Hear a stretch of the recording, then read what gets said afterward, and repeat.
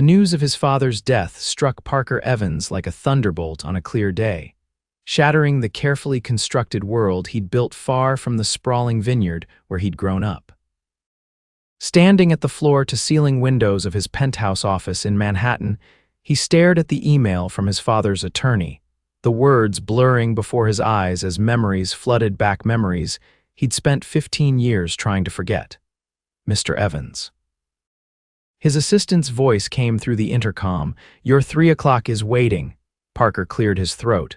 "Cancel all my appointments for the next 2 weeks and book me on the next flight to Sonoma." "Sir." His assistant's surprise was evident.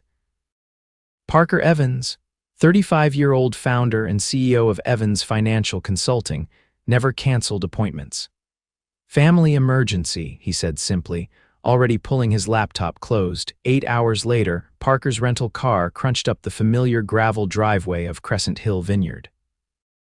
Twilight was settling over the valley, painting the endless rows of grapevines in soft purples and blues. The main house, a sprawling California Spanish-style home with a red tiled roof, stood silent, waiting for him. He hadn't been back since he was 20. 15 years of building his own empire in New York.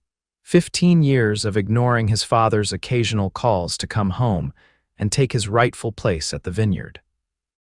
Their last argument had been explosive, with his father accusing him of abandoning their legacy and Parker vowing never to return to the life that felt like a prison.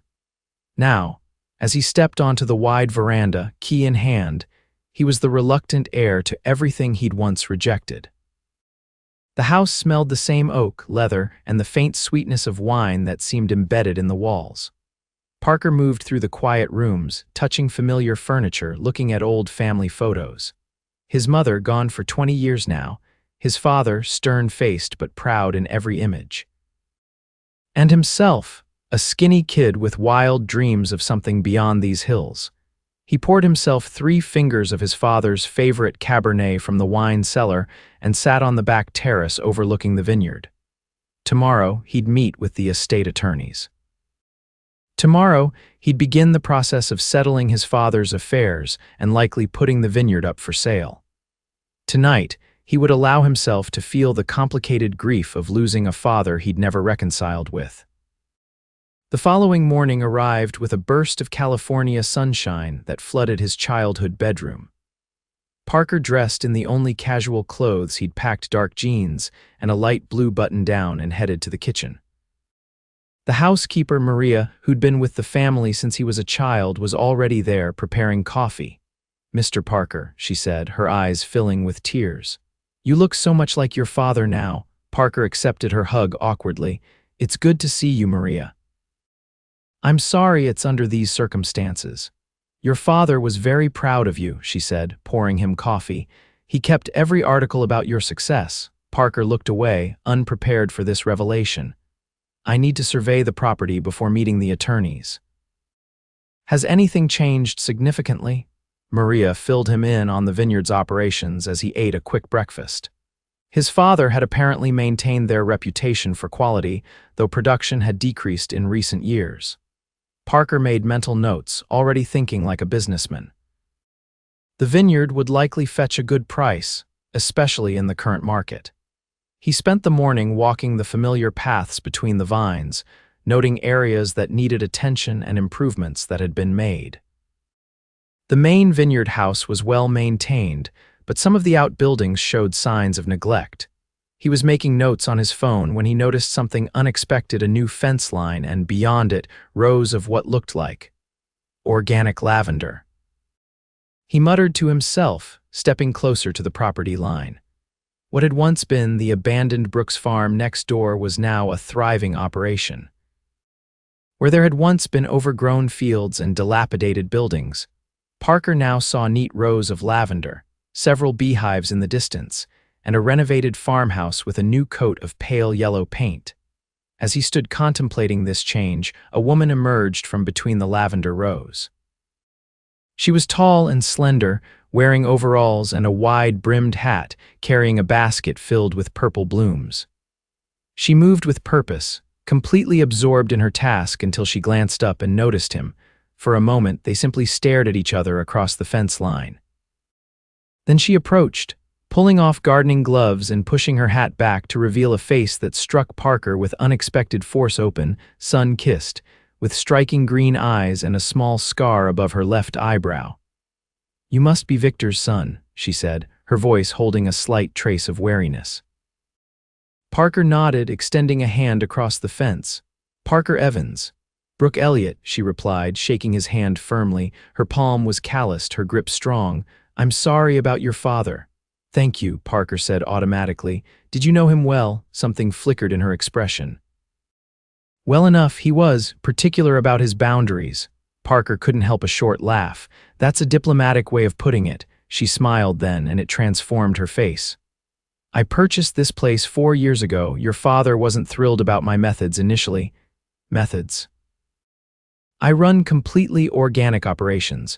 No pesticides, all sustainable farming practices." She gestured to her lavender fields. "Your father was concerned it would affect his vines." Parker could imagine his father's reaction to having an organic farmer next door. Victor Evans had been old school in his approach to winemaking. "Did he give you trouble?" Parker asked. Brooke tilted her head. "We reached an understanding eventually. He even helped me with some irrigation issues last year." She studied him. "Are you staying long?" "Just long enough to settle the estate," Parker replied. "I have a business in New York." "Ah," something like disappointment crossed her face. "Well, if you need anything while you're here, I'm just across the fence." With that, she nodded goodbye and returned to her harvesting, leaving Parker with an odd sense of having missed something important. The meeting with the attorneys was straightforward. His father had left everything to him: the vineyard, the house, the considerable assets, with specific instructions that Parker take time to review the vineyard operations before making any decisions about its future. There was also a personal letter, which Parker tucked into his jacket pocket to read later. What was less straightforward was the financial situation of Crescent Hill Vineyard. While still prestigious, the business had been declining in profitability for the past few years. His father had been considering some modernization, but hadn't implemented any changes before his unexpected heart attack. "The harvest is in 6 weeks," the estate attorney, Jonathan Mercer, explained. "The seasonal workers are expecting to start in 4. You'll need to decide whether to proceed with this year's production or sell the grapes to other wineries." Parker rubbed his temples. "And if I want to sell the entire property?" "Certainly possible, but you'd get a better price after a successful harvest. Especially if you improve this year's numbers." This was not what Parker had planned. He had clients waiting in New York, deals that needed his attention. He couldn't possibly stay for months to oversee a grape harvest. Back at the house, Parker poured himself another glass of wine and finally opened his father's letter. The handwriting was as he remembered: strong, deliberate strokes that matched the man himself. "Parker," the letter began, "if you're reading this, I've failed to tell you what I should have said years ago. I was wrong to try to force your path. Your mother always said you were meant for more than just these hills, and she was right. You've built something impressive on your own terms, and I'm proud of you. But these vines are still your heritage. Before you decide their fate, I ask only that you spend one harvest season here.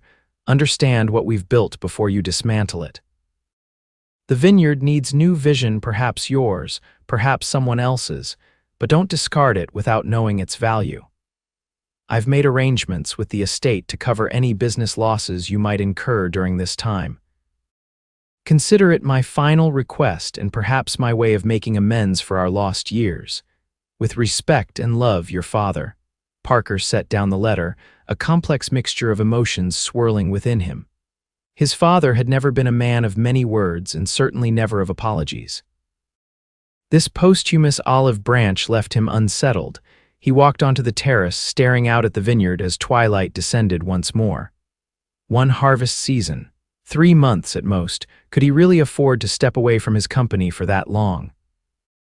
And yet, how could he refuse his father's final request? As darkness fell, lights came on across the lavender farm. Through the trees, Parker could see the farmhouse windows glowing warmly. On impulse, he grabbed a bottle of Crescent Hill's best vintage and set off across the property. Brooke Elliott was sitting on her front porch when he approached, reading something on a tablet with a cup of tea beside her. She looked up, surprised, as he climbed the steps. "Peace offering," Parker said, holding up the wine. "I thought we might continue our conversation from earlier." Brooke closed her tablet. "That's a $60 bottle of wine for a casual conversation." "Is that a no?" She smiled. "That's an observation. I'd be happy for the company." She gestured to the chair beside her. "I'll get another glass." When she returned, they fell into surprisingly easy conversation.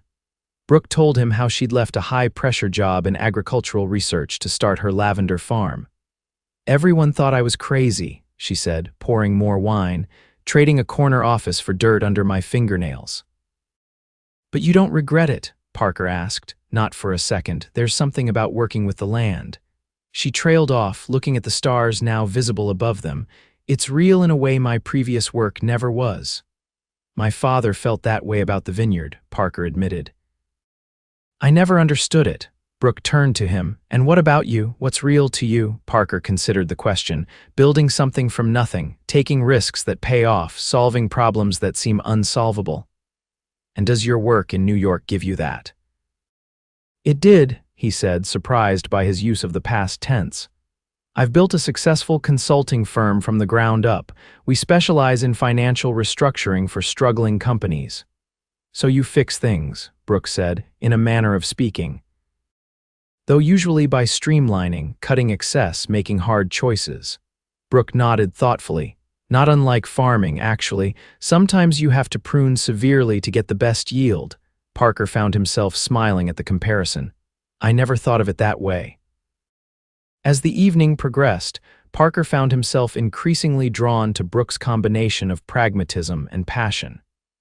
She spoke about her lavender and honeybees with the same intensity he reserved for market analyses and client strategies. "I should let you get back to your reading," he said finally, noticing the late hour. "Actually, I was reviewing some research on companion planting," Brooke admitted. "I'm always looking for ways to improve soil health naturally. Does it work your organic approach?" "Come see for yourself," she offered. "I could give you a tour tomorrow. Maybe you'll learn something useful for the vineyard." Parker hesitated only briefly. "I'd like that." The next morning, Brooke showed him around her 20-acre farm with evident pride. Beyond the lavender fields, she had a small orchard of olive trees, several vegetable gardens, and a greenhouse where she experimented with different growing methods. "The honeybees are the heart of it all," she explained as they approached the hives, each painted a different pastel color. "They pollinate everything and produce honey we can sell." Parker watched in amazement as Brooke, now dressed in protective gear, opened a hive and calmly showed him the inner workings. Her hands moved with gentle confidence among the thousands of buzzing insects. "Aren't you afraid of getting stung?" he asked through the mesh of the hat she'd lent him. "Respect them, and they generally respect you back," she replied. "Though I've had my share of stings, you learn to work through the pain." Throughout the tour, Parker was struck by how much thought Brooke put into every aspect of her operation. Nothing was wasted, everything served multiple purposes. It was efficiency of a different kind than he practiced in business, but no less impressive. "Your father thought I was naive when I first moved in," Brooke said as they walked back toward the main house. "He told me organic farming was a pipe dream, that I'd be out of business within a year." "What changed his mind?" Parker asked. "Results," she said simply. "When my lavender thrived without chemicals and my honey started winning regional awards, he became curious, started asking questions." Inside her farmhouse, Brooke showed Parker her small processing area where she created lavender products, soaps, oils, sachets, and more. The space was organized with the same efficiency as her fields. "So you're not just a farmer," Parker observed.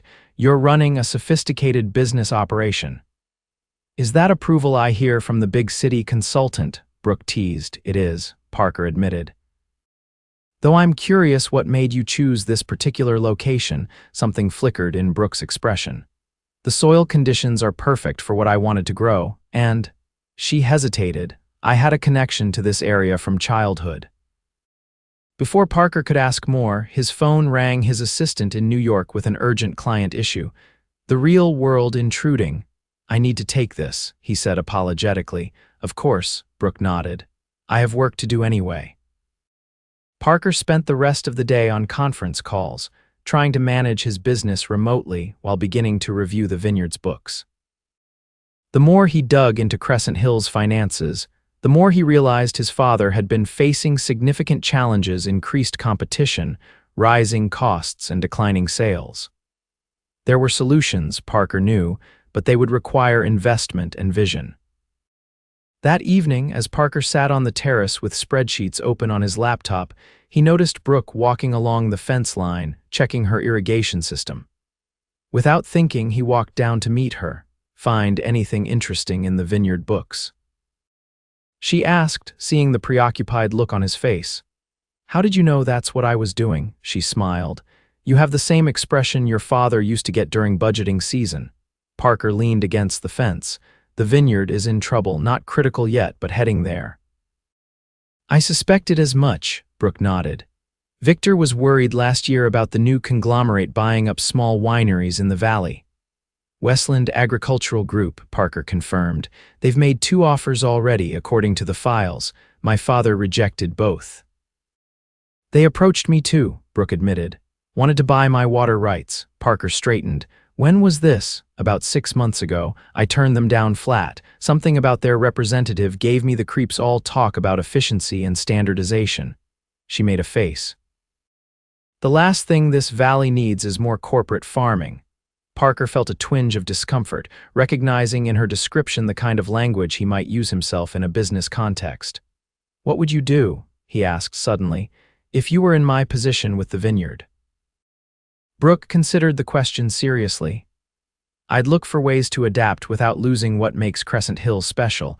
Your father's techniques may be old school, but his commitment to quality was uncompromising." "The business model needs updating," Parker said, "maybe. But remember that what looks inefficient to an outsider might be essential to the end product." She smiled at him. "Not everything valuable shows up neatly on a spreadsheet, Parker." The next few days fell into a pattern.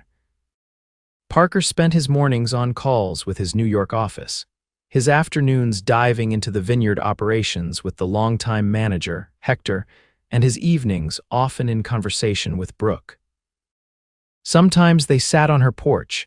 Sometimes they walked the boundary between their properties, and once they drove into town together for supplies, earning curious glances from locals who clearly recognized the Evans air with the newcomer they'd come to know. Parker found himself increasingly drawn to Brooke's practical wisdom and quiet confidence. She spoke his business language well enough to challenge his thinking, but maintained a groundedness that reminded him of what he'd been missing in his high-rise existence. One evening, when Parker mentioned his father's letter and the request to stay for the harvest, Brooke nodded as if this made perfect sense. "Harvesting is when you really understand what this life is about," she said. "It's when everything you've worked for comes to fruition or doesn't." "I'm not sure my company can function without me for that long," Parker admitted. Brooke raised an eyebrow. "If your company can't survive 3 months without you, you haven't built it properly." The comment stung, but Parker recognized the truth in it. He'd created a business that depended too much on his personal involvement, partly from ego, partly from fear of letting go. The next day, Parker called his second-in-command, Leslie, and proposed a temporary leadership restructuring that would allow him to remain in California through October. It wasn't an easy conversation, but by the end, they had a workable plan. As June turned to July, Parker found himself increasingly involved in the Vineyard's operations. He worked alongside the crew, checking the developing grape clusters, learning about the timing of veraison when the grapes would begin to change color. He studied the weather patterns and soil conditions, drew on his business experience to improve inventory systems, and began formulating ideas for modernizing their marketing approach. And always, Brooke was nearby, a sounding board, an inspiration, and increasingly, a distraction. Parker found himself looking for excuses to consult with her, to show her his ideas, to hear her laugh at his city slicker mistakes. One morning, after a brief summer rain, Parker found Brooke at the fence line examining some vines with a concerned expression. "Problem?" he asked, joining her. "Maybe," she said, pointing to some leaves that showed small spots. "This looks like the beginning of powdery mildew. With the humidity after the rain, it could spread quickly." Parker frowned. "Hector mentioned we're due for our regular fungicide treatment next week." "Next week might be too late," Brooke said, "and that section backs up to my property." "Are you asking me to spray chemicals ahead of schedule?" Parker teased. "The organic farmer wants me to use the evil fungicide." Brooke rolled her eyes. "I'm not ideological about it, I'm practical. Your conventional methods and my organic ones can coexist if we're thoughtful about it." She hesitated. "Actually, I've been experimenting with a natural fungicide that might help. It won't be as immediately effective as your chemical option, but it could slow the spread until your regular treatment." "You do that, help the competition. We're neighbors, not competitors," Brooke said simply. "Besides, I don't want your mildew spreading to my plants either." Together, they spent the day applying Brooke's natural solution to the affected vines. Parker was struck by how easily they worked as a team, anticipating each other's movements, sharing water bottles in the hot sun, problem-solving on the fly when the sprayer clogged. By evening, they were exhausted, dirt-streaked, and surprisingly satisfied with their work. "I think I've done more physical labor in the past week than in the previous decade," Parker admitted as they sat on the tailgate of Brooke's truck, watching the sunset paint the valley in gold. "It suits you," Brooke said. When Parker looked at her questioningly, she added, "You seem more present than when you first arrived." Parker considered this. "I've been thinking about what you said about not everything valuable showing up on a spreadsheet. I'm starting to understand what my father meant about knowing the value of this place." Brooke nodded, her eyes on the distant mountains. "There's value in building something with your hands, in working with nature instead of just extracting from it." "Is that why you left your research job?" Parker asked. "To find that kind of value." Brooke was quiet for a moment. "Partly. But also because of my father." "What happened?" "He was a farmer who lost everything to corporate agriculture," she said softly. "He worked for 30 years building a family farm in the Central Valley, only to be squeezed out by bigger operations that could produce more for less. By the time I was in college, he was working as a consultant for the very corporations that had put him out of business." "I'm sorry," Parker said. "He died believing he'd failed," Brooke continued. "That's why I'm so committed to proving sustainable farming can be viable. It's not just environmental idealism, it's about creating agricultural systems that don't destroy the people who work in them." Parker felt a new understanding of Brooke's passion and an uncomfortable parallel to his own story. "So this place is your way of honoring him." "In a way," she admitted. "Though I didn't plan to end up next door to Victor Evans, of all people." "What do you mean?" Brooke looked at him in surprise. "You don't know, your father and my father were business partners decades ago. They had a small vineyard together before Crescent Hill existed." Parker stared at her. "That's impossible. My father started Crescent Hill on his own." "After buying out my father's share," Brooke said gently, "there was a disagreement about direction. Your father wanted to expand, mine wanted to stay small and diversified. They dissolved the partnership, and your father used the loan he got to build Crescent Hill into what it became, while your father moved to the Central Valley to start over," Brooke finished. "I'm not telling you this to make you feel bad, Parker. It was business.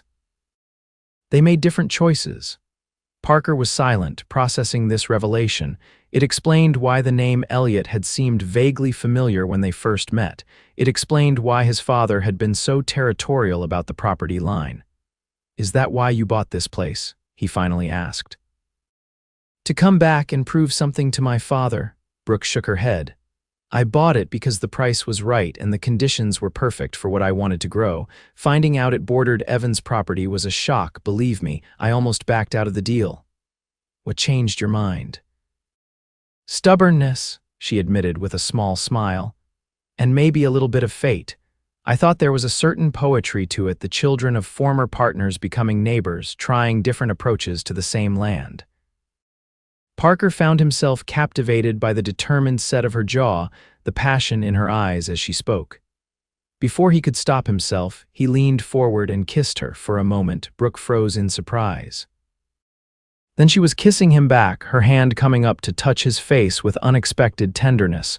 When they broke apart, Parker was the first to speak. "I've been wanting to do that for days."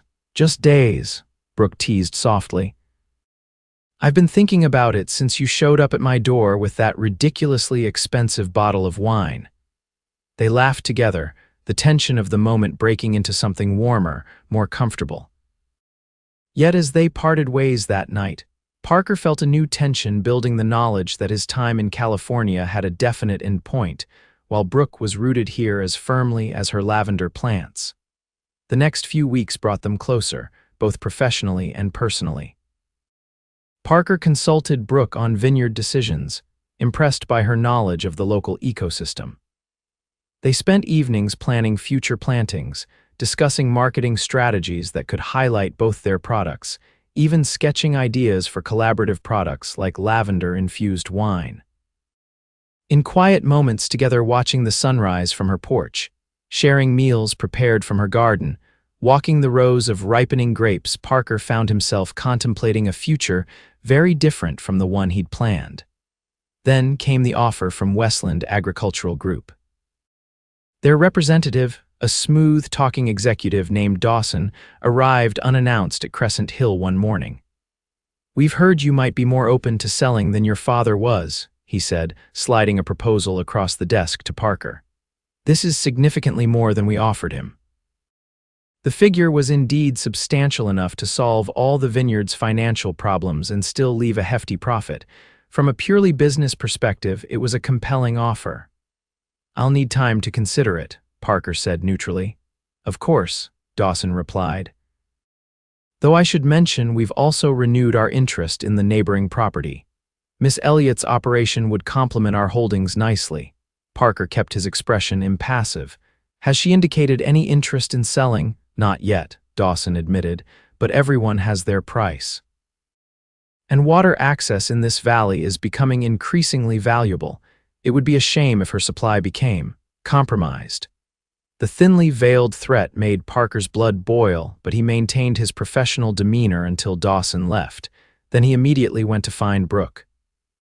She was in her workshop, bottling lavender oil, and looked up in surprise at his agitated entrance. "Westland just made an offer on Crescent Hill," he said without preamble, "and they're coming after your farm next." Brooke set down the bottle she was filling. "How much?" Parker told her the figure. Her eyebrows rose. "That's a lot of money, Parker. Are you considering it?" "A week ago I might have been," he admitted. "It solves all the immediate problems, but there was something about their representative." He explained Dawson's veiled threat about her water access. Brooke's expression hardened. "They've been trying to control the water rights throughout the valley. If they get enough adjacent properties, they could essentially dictate terms to everyone else."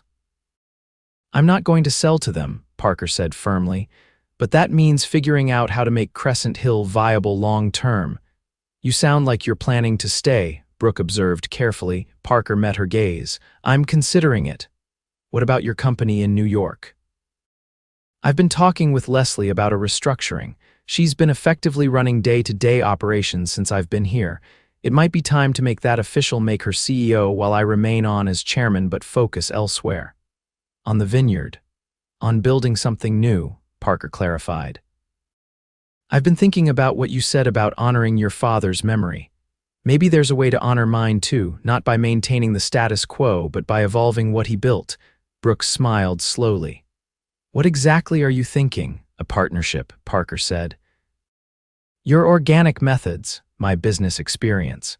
We combine resources, create a model for sustainable winemaking that incorporates your diversification principles. We could even repurpose some of the underused vineyard land for your lavender and other crops." "A partnership," Brooke repeated, a gleam in her eye. "Professional or—" Parker moved closer to her. "I was hoping for both. Unless that's a conflict of interest, I think we can manage the potential conflicts," she said, her voice soft as she reached for his hand. The harvest season arrived in a flurry of activity. Parker worked alongside the crew, experiencing firsthand the culmination of a year's worth of care.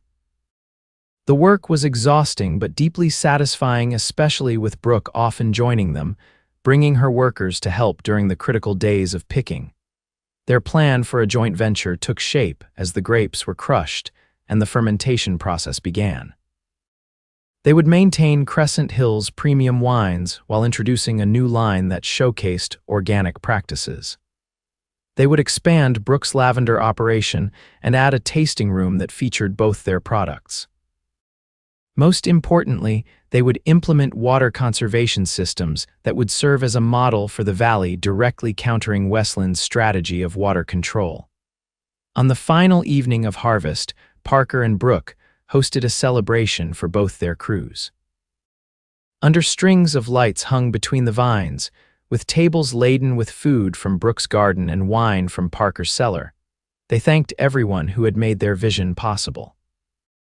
Later, as they stood together watching their workers dancing to music from someone's portable speaker, Parker slipped his arm around Brooke's waist. "I never expected this when I came back," he admitted. "I thought I'd sell everything and leave as quickly as possible. And now?" Brooke asked, turning to face him. "Now I'm thinking about roots," Parker said, "about building something that lasts beyond spreadsheets and quarterly reports." "Roots are good," Brooke smiled. "They provide stability, draw nourishment from the soil, but they also need room to grow." "I was thinking the same thing," Parker said, taking her hands in his. "Which is why I've decided to keep my apartment in New York, not to return to my old life, but so we can travel there when we need a change of scenery. I don't want either of us to feel trapped by our choices." Brooke's eyes widened in surprise. "You've thought about this?" "I've thought about little else," Parker admitted. "I love you, Brooke. I want to build this new venture with you, the business, yes, but more importantly, a life together." "I love you too," Brooke said softly.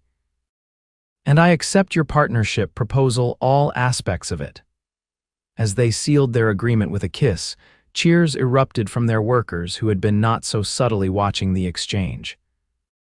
Laughing, Parker and Brooke joined the celebration, dancing under the stars that shone above the vines and lavender that would sustain them in the years to come.